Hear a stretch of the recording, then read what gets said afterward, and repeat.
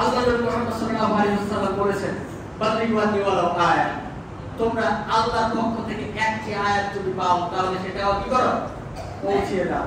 আয়াত মানে আবার শুধু কোরআনের আয়াত না, আয়াত মানে কোরআনের আয়াত, হাদিস সবকিছু।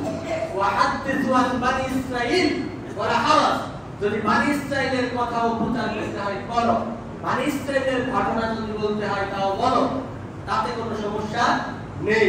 মান কাযাবা আলাইকা মুতাআম্মিদান ফালিয়াতাবাউ মাকাদাহু মিনান নার, যদি কোনো ব্যক্তি আমার নামে মিথ্যা কথা বানিয়ে বানিয়ে বলে তাহলে ওই ব্যক্তি যেন নিজের জায়গা কোথায় করে দেয়, জাহান্নামে করে দেয়। তাহলে আমি হুজুর, আমি উঠে ব্যাপারে বক্তব্য দিচ্ছি, আমার মতো করে হাদিস বানালাম, আমার মতো করে কথা বললাম, যেটা কোরআনেও নাই হাদিসেও নাই, তাহলে আমার জায়গা কোথায়? কথা পরিষ্কার।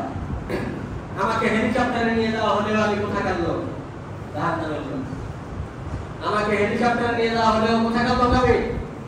আমি জাহান্নামের লোক।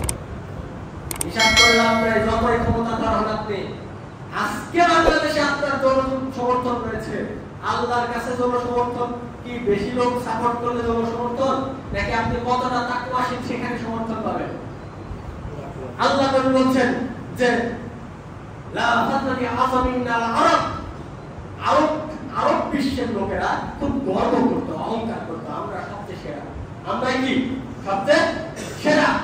আল্লাহ নবী বলতেন লা ফাদলি আরাবিন আল আযম, আরবদের উপর আযমদের, অনারবীদের উপর কোনো মর্যাদা নেই। ওয়ালানি আরাবিন আল আযম, অনারবীদের কোনো মর্যাদা নেই আরবীদের উপরে। অর্থাৎ নওগাঁ জেলার কোনো সম্মান নেই বগুড়া জেলার মানুষের চেয়ে। বগুড়া জেলার মানুষ যদি বলে আমরা বেশি সম্মানী, না। নওগাঁর মানুষ যদি বলে আমরা বেশি সম্মানী, না, সেটা নয়। আবার আমি দেখতে অনেক সুন্দর, অনেক হ্যান্ডসাম, ওই লোক দেখতে কালো কিসকিসা, দেখলে একবার দেখলে ভাত খেতে ইচ্ছা হয় না, খাওয়ার রুচি হয়ে যায়, নষ্ট হয়ে যায়, ওই লোকটাকে আমার চেয়ে বেশি ইচ্ছা, তাই না? আল্লাহ নবী কি বলছেন? ওয়ালালি আসওয়াদিন আলা আকবার ওয়ালালি আকবারিন আলা আসওয়াদ, তোমার যে চেহারা এত সুন্দর, ফুটফুটে, টকটকে, ঝকঝকে, তোমার কোনো মর্যাদা নেই।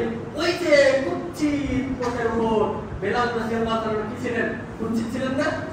কুচ্ছিত কোটের উপর এই মর্যাদা নেই। তুমি এত স্মার্ট, এত সুন্দর, এত রূপবতী, এত গুণবতী, তোমার মর্যাদা নেই ওই ব্যক্তির উপর। মর্যাদা কার? কার? তাকওয়া। যার তাকওয়া যত বেশি, মর্যাদা তার তত বেশি। যে ব্যক্তি রাত্রে গভীরে উঠে চোখের পানি ছেড়ে দিয়ে কান্নাকাটি করে আল্লাহর কাছে বলতে পারে, আল্লাহ আমি বড় অপরাধী, আমি অমুক অপরাধ করেছি, তমুক অপরাধ করেছি, এই অপরাধ করেছি, সেই অপরাধ করেছি, আল্লাহ আমাকে মাফ করো, ওই ব্যক্তি আল্লাহর কাছে সবচেয়ে সেরা। ওই ব্যক্তির যে সেরা মানুষ আর কেউ হতে পারে না। আমি মসজিদে দাঁড়ায় দান করলাম 1 কোটি টাকা, আপনার মসজিদের ইমাম সাহেব বলল মাশাআল্লাহ জাকারিয়া 1 কোটি টাকা দান করেছে, মারহাবা হয়েছে, দানও বিরাট কোনো ব্যক্তি নেই। কিন্তু আমার আল্লাহ বলছেন কিয়ামতের দিন বলা হবে, জাকারিয়া তুমি তো মানুষকে শোনানোর জন্য দান করেছো, 1 কোটি টাকা দিয়েছো, তোমার নাম গোটা বাংলাদেশে প্রচার করা হবে, এই কারণে তোমার জায়গা ওই যে জাহান্নাম। জাহান্নামের শাস্তি হচ্ছে, আল্লাহ নবী বলেন আহওয়ানু আহলিন নারি আযাবান তালিব ওয়া হুয়া মুনতাহিবুন আলাইহি ইয়াকমিল ফাতিমাহু, জাহান্নামের সবচেয়ে কম শাস্তি প্রাপ্ত ব্যক্তি হবে কে বলেন তো? একজন কে হবে? কে হবে? মাশাআল্লাহ, আল্লাহ নবীর চাচা আবু তালেব, এই মানুষটার শাস্তি জাহান্নামের সবচেয়ে কম হবে। কম বলতে কতটুকু? কতটুকু? একটা মাস্টারের বেতের বাড়ি না, বেতের বাড়ি নাই, শুধুমাত্র একটা জুতা পরায় দিবে, আগুনে জুতার ফিতা সহ কি করে দিবে? একটা জুতা পরায় দিবে। খুবই ছোট একটা শাস্তি,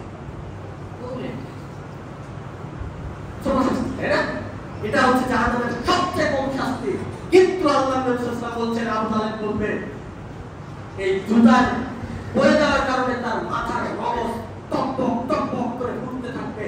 আগুনে আপনি যখন কোনো কিছু সিদ্ধ করবেন, এই যে মাঝে মাঝে আলু ঘাটি প্রোগ্রাম দেন, আপনারা খাওয়া দাওয়া করেন, তাই না? ওই সময় দেখেন তরকারি হয়ে যাওয়ার সময় একটু তরকারি টকটক টকটক করে ফুটতে থাকে না? মামুনিরা খুব ভালো বলতে পারবে, ছেলেরাও পারবে, সেটা হচ্ছে ওই সময়টা টকটক টকটক করে ফুটতে থাকে।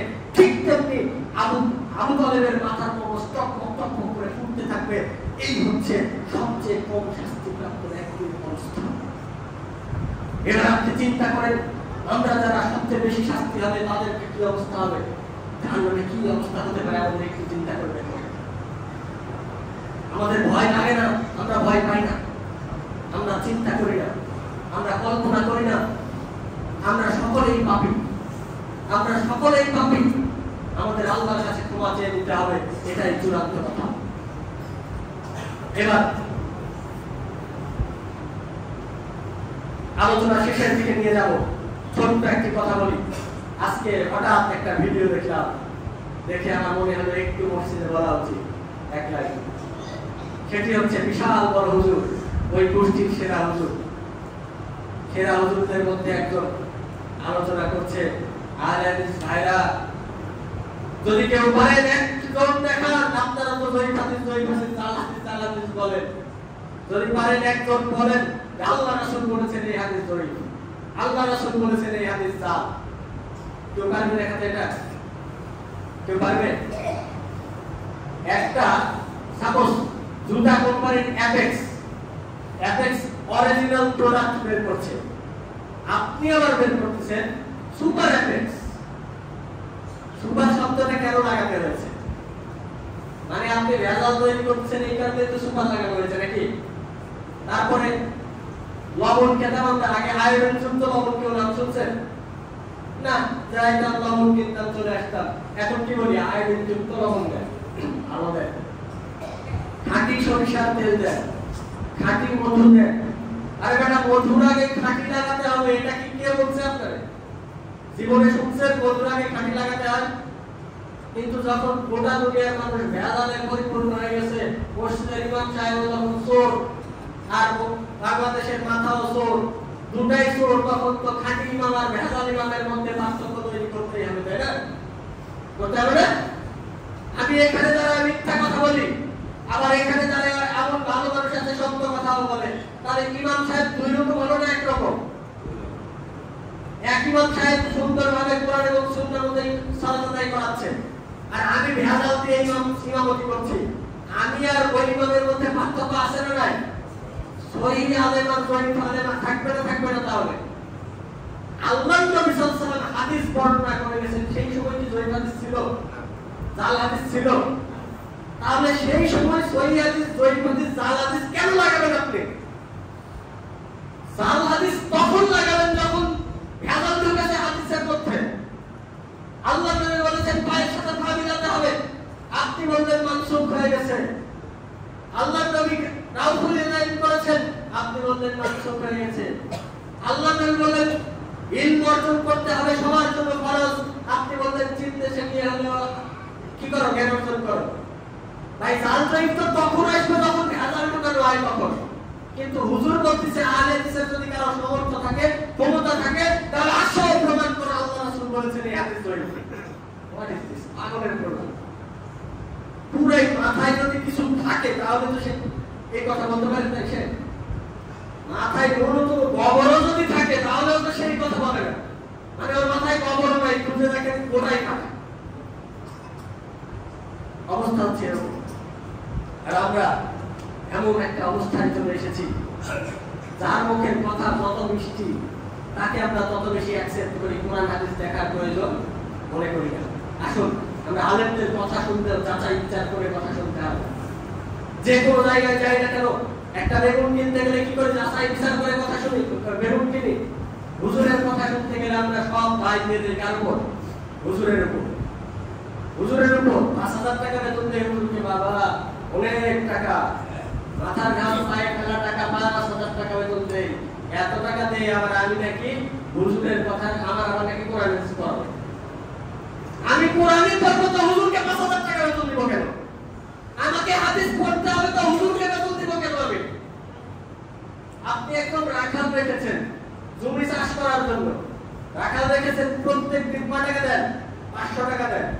ওই রাখাল জমি চাষ করলো কিনা আপনি কেন দেখতে যান? কেন দেখতে যান? ধান ঠিক মতো লাগাইছে কিনা কেন দেখতে যান?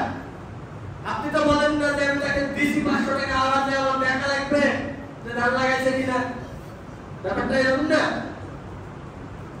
মানে যাতে মাতাল তাহলে ঠিক, এইদিকে ঠিক আছে, লস যে আমার হবে। কিন্তু এখানে ওই যে নাস্তিকবাদী কথা, নগদ চাপাও, হাত পেতে নাও, বাকির খাতায় শূন্য করে থাক, আল্লাহ নেকি জান্নাত জাহান্নাম তার নগদ দিচ্ছে, এই কারণে এই অবস্থা হবে। আল্লাহ আমাদের হেফাজত করুক, আল্লাহ আমাদের রক্ষা করুক, আল্লাহ আমাদের সঠিক বুঝ দান করুক। এবং সবচেয়ে বড় কথা, এই 6টি সিয়াম আমরা পালন করবো ইনশাআল্লাহ। সাথে সাথে আমরা শিক্ষিত, মূর্খ, টাকাওয়ালা, গরিব, ফকির, মিসকিন, মুসলিম, মেথর, ইমাম সাহেব, মুক্তাদি, মুয়াজ্জিন, মসজিদের সভাপতি, সেক্রেটারি, যে যেখানকার দায়িত্বে আছেন, সমাজের চেয়ারম্যান, মেম্বার, এমপি, মন্ত্রী, যে যেখানে আছেন, সবাই কাঁধে কাঁধ মিলিয়ে আমরা সমাজ সংস্কারের কাজে লিপ্ত হব ইনশাআল্লাহ। বলেন ইনশাআল্লাহ। ইনশাআল্লাহ। আজকে চিন্তা করেন, আপনি যদি মরে যান, এই কুলসিত সমাজের মধ্যে বড় হয়ে উঠবে আপনার সন্তান।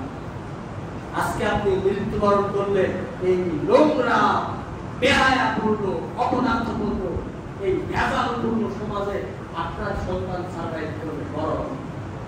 আপনি কি চান লাখ লাখ টাকা দিয়ে বাইরে পাঠাচ্ছেন সন্তানকে পড়াশোনা করতে, হাজার হাজার টাকা খরচ করছেন স্কুল কলেজে পড়ার জন্য, ভালো পরিবেশ দেওয়ার জন্য? আপনার কি মনে হয় না একটু ভালো সমাজ উপহার দেয় মানুষকে? আপনার কি মনে হয় না ভালো একটা পরিবার উপহার দেয়, ভালো একটা গ্রাম উপহার দেয়, ভালো স্বচ্ছ উজ্জ্বল দীপ্তিমান একটা গ্রাম হবে আমার গ্রাম, গোটা বাংলাদেশ তাকিয়ে থাকবে আমার গ্রামের দিকে? আপনার মনে হয় না একবার একটু আফসোস হয় না আমার গ্রামকে ঢেলে সাজাতে হবে? এই ঠিকটা আপনার দিকে আসে না?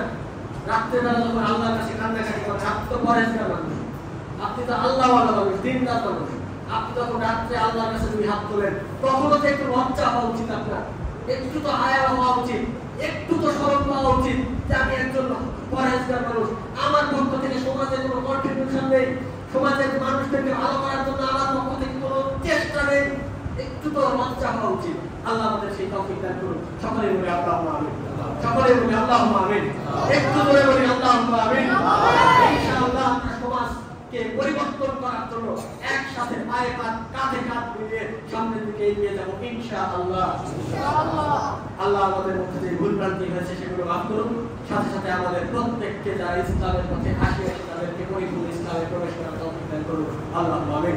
আমাদের মধ্যে যারা অভাবী তাদেরকে অভাব মুক্ত করুন, যারা ঋণগ্রস্ত তাদের ঋণগ্রস্ত থেকে মুক্ত হওয়ার তৌফিক দান করুন। আল্লাহুম্মা আমিন।